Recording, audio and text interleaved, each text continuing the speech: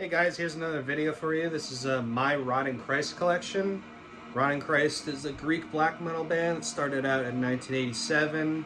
They had a couple demos from the beginning that were grindcore, which were like, okay, not bad, good for what it is. Then after that, in 1991, they shifted their style into more classic Greek sounding black metal, like Varathron, shit like that. So they released Passage of Arcturo in 1991. It's pretty good. I like it. It's very, very simple. You could tell they were super young when they wrote this. It's good though for what it is. And then this version comes with a bonus Dawn of the Iconoclasts from 1992. And those two songs are pretty good too. I don't remember loving this, but I remember liking this, so I'd probably give this like a 6.5 out of 10. After that, they released Thy Mighty Contract in 1993. I love this album. It's very good. Very great old school black metal. I think they use a drum machine for this, but honestly, it's like barely noticeable. Sign of Evil Existence, they still play live to this day. There's so many good songs on here. It's a great, great album. I'd give this an 8 out of 10. After that, they released Non Serviam in 1994, which is more great classic Greek black metal, again in the style of Varathron. The title track is probably their biggest song, I would think. Great catchy shit.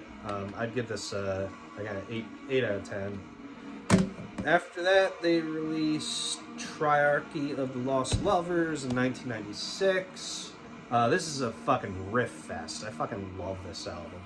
And it's very mid-tempo, and it's not really extreme, but no, it's a great, great album. I always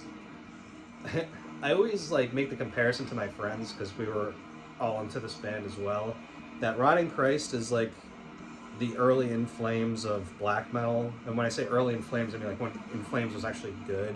Because In Flames has so many fucking just incredible riffs, and so does Rotting Christ, but just in the black metal style. Yeah, this is a great fucking album. I'd give this an 8.5 out of 10. And then next, in 1997, they released A Dead Poem, where they started to go more like the Moonspell route, kind of more gothy sounding. I like it though. Again, this is it's not extreme metal. It's very, in that same Moonspell, Catatonia kind of vibe. But there's some good songs on here. There's still some elements of black metal. I like it. It's different. I'd probably give this a 7 out of 10. After that, in 1999, we have Sleep of the Angels. I really like this album a lot. It's super catchy. Again, it's more in the vein of the, I guess, goth metal kind of shit, but there's a lot of catchy tracks on here. Again, great riffs, really classic songs like After Dark I Feel, Der Perfected Traum, The World Made End, which is kind of more black metal. Yeah, great album.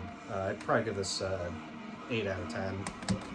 After that is Kronos in 2000, which is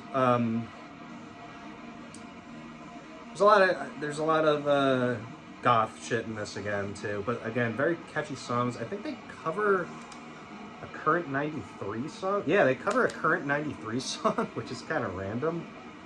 Lucifer Over London, but Fateless is such a good song.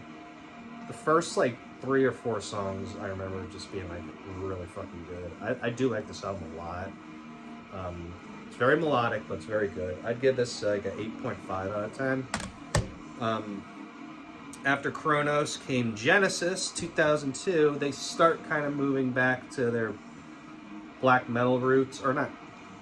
It's black metal, but I guess it's it's a little different than their older shit, but it still seems like a natural progression. It's kind of hard to explain.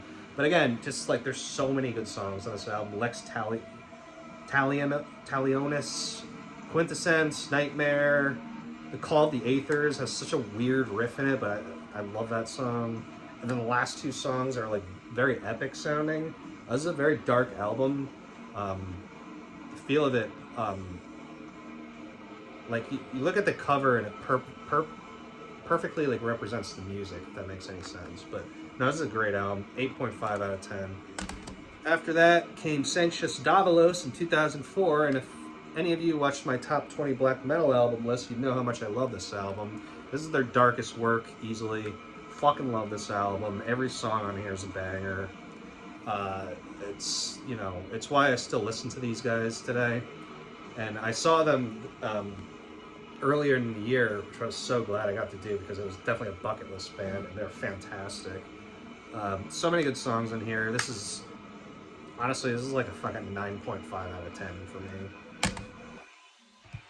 And after that was an album that is like almost equally as good, Theogonia from 2007. Again, fucking riff fest, man. The songs on here are so fucking catchy and so memorable.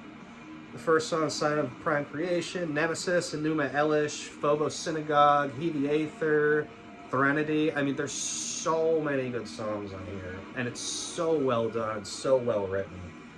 9.5 out of 10, again. After that, there was a 3-year gap, and they came out with Aolo, whatever. I like this album. The production's a little grating at times. I feel like they could have had a little bit better production, but there's good songs. They really lean into that like 300 kind of vibe, like that Greek warrior thing, which is cool. A lot of like female chanting and shit like that. Yeah, if I could sum this album up in one word, it would be like 300 with like riffs, if that makes any sense. But no, this is a very good album. I'd give this like a 7.5 out of 10. It's a step down from Theogonia, but that doesn't mean it's bad. Then after that, I kind of stopped following them. I did re-listen to some of these albums though, just in preparation for when I was seeing them live. And the one after that, I'm not even going to try to pronounce, but it came out in 2013. Again, it was very dark. I believe it's just Sakis and his brother that did all the music. I remember liking it a lot. If I ever see it, I'll definitely pick it up. I don't know why I didn't pick it up. Maybe I wasn't in love with it at first. I don't know, but it's a very good album. I'd give it like a 7.5 out of 10. There's some good tracks on there. And after that, in 2016, is Rituals. Yeah, this was a pretty good one.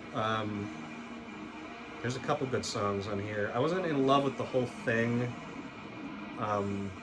They start doing that like spoken word kind of shit, which kind of throws me off a little bit. But yeah, it's a solid album. I'd probably give it a 7 out of 10. And then after that was their latest album in 2019, which I did like a lot, but again, it's just like the spoken word, like interludes and like ends of song, like it's just like we don't need that, guys. But no, it's a good album. I remember enjoying it. It's nothing. It's, you know, it's no Sanctus Davalos or Theogonia, but for what it is, again, another riff fest. Yeah, good stuff. I'd probably give it like a 7 out of 10. So yeah, all in all, Rotting Christ is a fucking fantastic band. If you guys aren't into them, you should definitely check them out. They have so many different eras too. Currently, it seems like they're in their like, I guess, experimental phase. I don't know, but before that, you know, black metal, goth rock, fucking heavy metal, just all different kinds of genres get woven throughout their discography. So, great band. Anyway, I hope you guys enjoyed it, and I'll catch you later.